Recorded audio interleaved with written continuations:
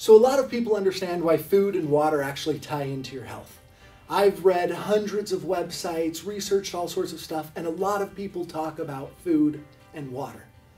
What I haven't found yet, it may be out there, I may not be the first one talking about this, is how food, air, and water all affect you.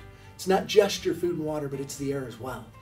I don't know how many times I've been called into a house, especially as I was doing consulting, and the homeowner would have no clue what was wrong. They would be doing yoga, they would be doing all of this stuff, they would be eating only raw foods, drinking ionized water, and they still felt crappy. And I'd go in with something like this, and I would test their house. And it would test the humidity, the particulates, or the amount of dust and pet dander and everything else in the air. It can test for radon, it can test carbon dioxide, carbon monoxide, VOCs or volatile organic compounds. It can test for basically everything that needs to be tested in the air. And I know a lot of you are probably thinking, well, who cares on most of that stuff? But going back to this housewife who was spending most of her day and most of her night inside of her own home, she was eating perfectly healthy and drinking the best water out there.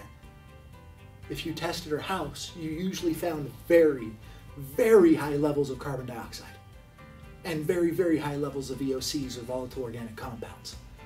Now, the number one side effect of high levels of carbon dioxide is fatigue, and you don't recover as fast. So you still don't feel fantastic, even though you're eating right, even though you're drinking the right water, because of the contaminants and the chemicals and everything else that you don't even know is in your air because you can't see it, and none of the health people and all these gurus out there are even talking about it. But it's amazing what even something as simple as carbon dioxide can do. And the worst part about it is carbon dioxide builds up in large quantities when there are people. And guess what there is in every house? Well, except for the ones that are vacant. There are people.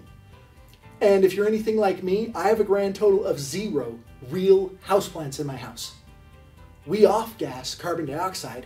Plants take and recycle that and turn it back into oxygen and everything else that we need. But if I have no houseplants, nothing's turning it back into anything. And it just continues to build and build and build and build.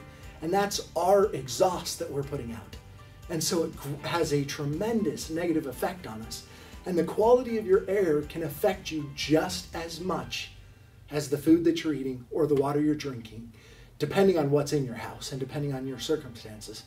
But that's why I consider it incredibly important to actually test your air and fix the things that are causing problems in your home.